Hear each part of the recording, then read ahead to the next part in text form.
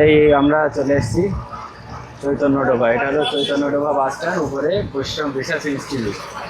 কোনোদিন বৈষ্ণব research institute খোলে না, আর আমরা এই চৈতন্য ডোবাতে আসছি।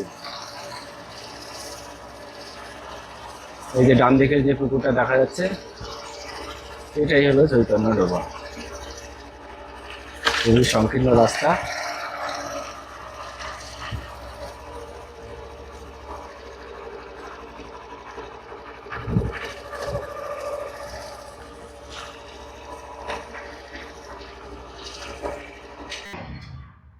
আমরা এখন এসেছি চৈতন্য ডোবা। এই যে পুকুরটা দেখতে পাচ্ছেন, এটা কিন্তু যে সে ব্যাপার নয়। এর বহু প্রাচীন ইতিহাসটা এমন যে এই জায়গাতে ছিল হলো ঈশ্বরপুরীর পাঠ, মানে ঈশ্বরপুরীর এইখানে থাকতেন, জন্মস্থান এখানে ঈশ্বরপুরী হলো চৈতন্য মহাপ্রভুর দীক্ষাগুরু। চৈতন্য মহাপ্রভু যখন গয়াধামে গেছিলেন পিণ্ডদানের জন্য, যে গয়াধামে পিণ্ডদানের জন্য গেলে সেখানে ঈশ্বরপুরীর সঙ্গে সাক্ষাৎ হয়, এবং সাক্ষাৎ হওয়ার পরেই উনি ওনার কাছ থেকে দীক্ষা নেন, এবং ওনার জীবনের আমূল পরিবর্তন হয়। জানেন যে চৈতন্য মহাপ্রভু দীক্ষা নেওয়ার আগে, মানে পিতৃবিয়োগের আগে পর্যন্ত একদম পুরো সাধারণ মানুষের মতো ব্যবহার ছিল, কিন্তু তারপরে তার ব্যবহার সম্পূর্ণ পাল্টে যায়। তিনি নিজের স্বরূপ বুঝতে পারেন এই ঈশ্বরপুরীর জন্য। কি করে এই চৈতন্য ডোবা সৃষ্টি হয়েছে? এটা একটা পুকুর, এটা 1399 সালে নতুন করে সংস্কার হয়েছে। 1399 মানে বাংলা 1399। এইখানটায় চৈতন্য মহাপ্রভু এসেছিলেন, কিন্তু চৈতন্য মহাপ্রভু যখন এসেছিলেন তার আগেই ঈশ্বরপুরী উনি তার দেহ রাখেন।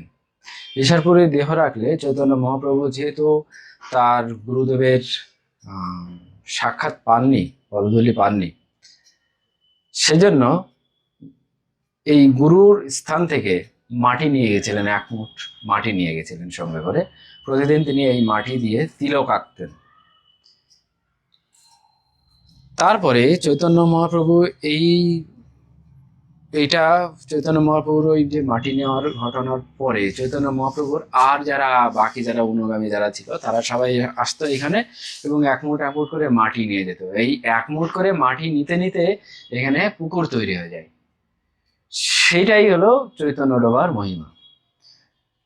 এই পুকুর হয়ে যায় এবং এর নাম চৈতন্য ডোবা হয়ে যায়। এইদিকে এই যে দেখা যাচ্ছে নিতাই গৌর গুরুধাম কুমারহট্ট, এর আগে নাম ছিল কুমারহট্ট। জগৎগুরু শ্রীপাদ ঈশ্বরপুরীর শ্রীপাঠ মহাতীর্থ চৈতন্যডোবা হালিশহর। এর ভিতরে এইখানে এখন বন্ধ হয়ে গেছে, দুপুরবেলা 12:30টার পরে, দুপুরের ভোগ দেওয়ার পরে বন্ধ হয়ে গেছে।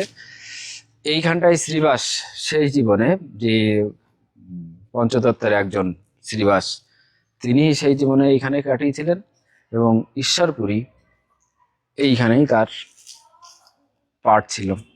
জায়গা দেখে আপনাদের সেরকম মনে হবে না। এইটাই ঠিক আছে, রাখো।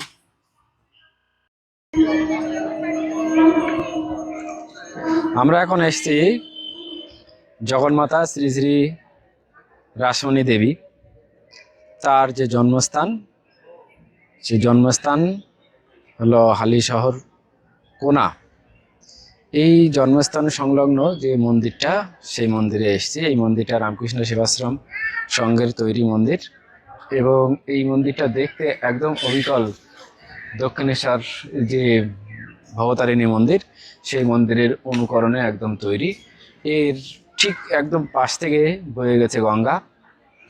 এই গঙ্গার ঘাটে একদিন রানী রাসমণি, যখন তার বয়স 13 বছর, সেই বয়সে যখন এখানে স্নান করতে আসে, তখন গঙ্গা দিয়ে বজরাই করে কলকাতার জমিদার যাচ্ছিলেন, মানে রানীমা রাসমণিকে দেখে তার পছন্দ হয় এবং তাকে বিয়ে করেন। কিছুদিন পরে সেই জমিদার মারা গেলে তার সমস্ত সম্পত্তির উত্তরাধিকারী রানী রাসমণি হয়। রানী রাসমণি উত্তরাধিকারী হওয়ার পরে উনি দক্ষিণেশ্বরে কালী মন্দির প্রতিষ্ঠা করেন, তারপরে উনি অ্যাকচুয়ালি স্বাধীনতা সংগ্রামী, ইংরেজদের সঙ্গে অনেক বিবাদ করেছিলেন, ইংরেজদের সঙ্গে অনেক বড় স্টেটের ছিলেন, ওনার নিয়ে অনেক সিনেমা, অনেক সিরিয়াল হয়েছে। এটা হলো তাই রানী রাসমণির জন্মভূমি সংলগ্ন যে জায়গা। এইখানে মেলা হয় এর সময়, কল্পতরু উৎসব এই 1 জানুয়ারি যে সময় হয়, তখন এইখানে মেলা হয় 1 জানুয়ারিতে। আর এর ভিতরে একটা আশ্রম আছে, আর একটা আশ্রম আর একটা নতুন তৈরি হচ্ছে। আর এখানে কিছু ছেলেরা থাকে যারা এখানে থেকে পড়াশোনা করে। ব্যাস, আমরা এই প্রথমে আমরা তাহলে দেখলাম বিপিন বিহারী গাঙ্গুলির পার্ক, তারপরে দেখলাম রামপ্রসাদের জন্মস্থান, তারপরে দেখলাম নিগমানন্দ সরস্বতীর মঠ, তারপরে দেখলাম চৈতন্য ডোবা, তারপরে দেখলাম রানী রাসমণির জন্মস্থান। এরপরে আমরা যাব এখান থেকে আর একটু দূরে, এখান থেকে 1 কিলোমিটার দূরেই পড়বে হলো শিবানন্দ সেনের পাঠ। শিবানন্দ সেনের পাঠের এখানে আমরা যাব। রানী রাসমণির জন্মস্থান মন্দিরকে বিদায় জানিয়ে এখানে একটা শিব মন্দির আছে, সেই শিব মন্দিরকে বিদায় জানিয়ে আমরা চললাম শিবানন্দ সেনের পাঠ দেখার জন্য। শিবানন্দ এখানে মেলা হয়, পার্কিংয়ের জায়গা, বেশ বড় দেবপ্রসন্ন করতে। আর পাশেই একদম গঙ্গা বয়ে চলেছে, এই পাশে একটা ইটভাটা।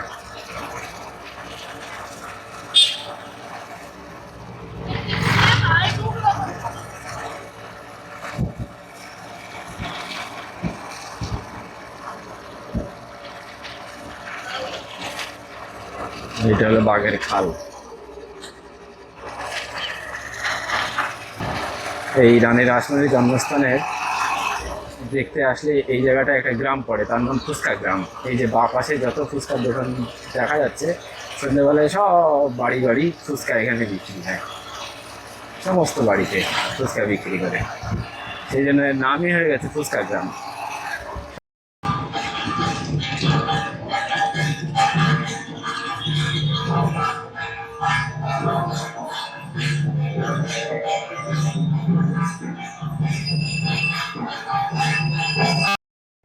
আমরা এখন এসেছি কৃষ্ণরায় মন্দির। কৃষ্ণরায় মন্দির শিবানন্দ সেনের পাঠ। শিবানন্দ সেন ছিলেন চৈতন্য যুগের আগের একজন, এইখানকার এই যে কাঞ্চনপল্লীর একজন দেওয়ান ছিলেন, এইখানকার জমিদারের দেওয়ান শিবানন্দ সেন, এবং পরম বৈষ্ণব ছিলেন। সেই শিবানন্দ সেনের শ্রীপাঠ হলো এইটা, যেখানে এই মন্দিরটা দেখতে পাচ্ছেন, এটা 8 মন্দির এবং টেরাকোটা মন্দির। এখানে এই যে গোল গোল যে ফুল দেখা যাচ্ছে, টেরাকোটার ফুল, এরকম 66টা ফুল আছে, এবং এর একটা প্রতিষ্ঠা ফলক আছে প্রাচীন বাংলা অক্ষরে লেখা। এটা 1785 সালে এই মন্দিরটা তৈরি হয়। আর এই মন্দিরের এখন সংস্কার করেছে কিছুদিন, 2-3 বছর হলো এই মন্দির এইখানে। আর মন্দিরের সেবায়িতদের থাকার জন্য এই পাশে একটা ঘর, এই পাশে একটা ঘর, আর পিছনে ঠিক একই রকম। আর এই দিকটাই রয়েছে হলো নহবতখানা। এইটা হলো নহবতখানা। আর এই নহবতখানা ও পাশটাই হলো ওই দিকটাই রাস্তা, মানে আপনাকে আসতে গেলে প্রথমে দরজায় আসতে হবে, তারপরে এই নহবতখানায় আসতে হবে, নহবতখানা পার করে এই মন্দিরে প্রবেশ করতে হবে। মন্দির চারিদিক থেকে উঁচু পাঁচিল দিয়ে ঘেরা। এই মন্দির প্রতিষ্ঠা হওয়ার আগে, তার আগে এখানে কচুরায় প্রতিষ্ঠিত। কচুরায় মানে রাজা প্রতাপাদিত্যের যে কাকা বসন্ত রায়, তার ছোট ছেলে কচুরায়, সে এখানে গঙ্গাধারে মন্দির প্রতিষ্ঠা করে।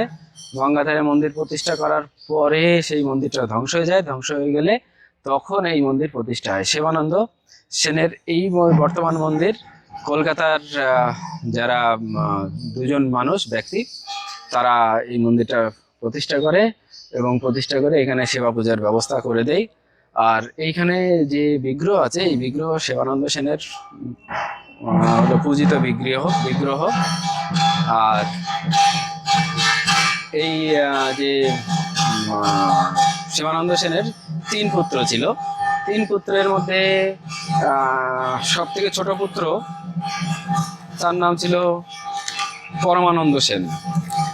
আর অন্য যে 2জন পুত্র ছিল, তার নাম হলো চৈতন্য দাস প্রথম, রামদাস, তারপরে পরমানন্দ সেন। পরমানন্দ সেন উনি ছোটবেলা থেকেই নাটক লিখেছিলেন, চৈতন্য চরিতামৃত, চৈতন্য চন্দ্রোদয় নাটক, এইগুলো উনি লিখেছিলেন। পরমানন্দ সেনের এই কাব্য প্রতিভার জন্য স্বরূপ দামোদর তাকে কবি কর্ণপুর উপাধি দিয়েছিলেন। এবং কবি কর্ণপুর 1524 সালে জন্মগ্রহণ করেছিলেন।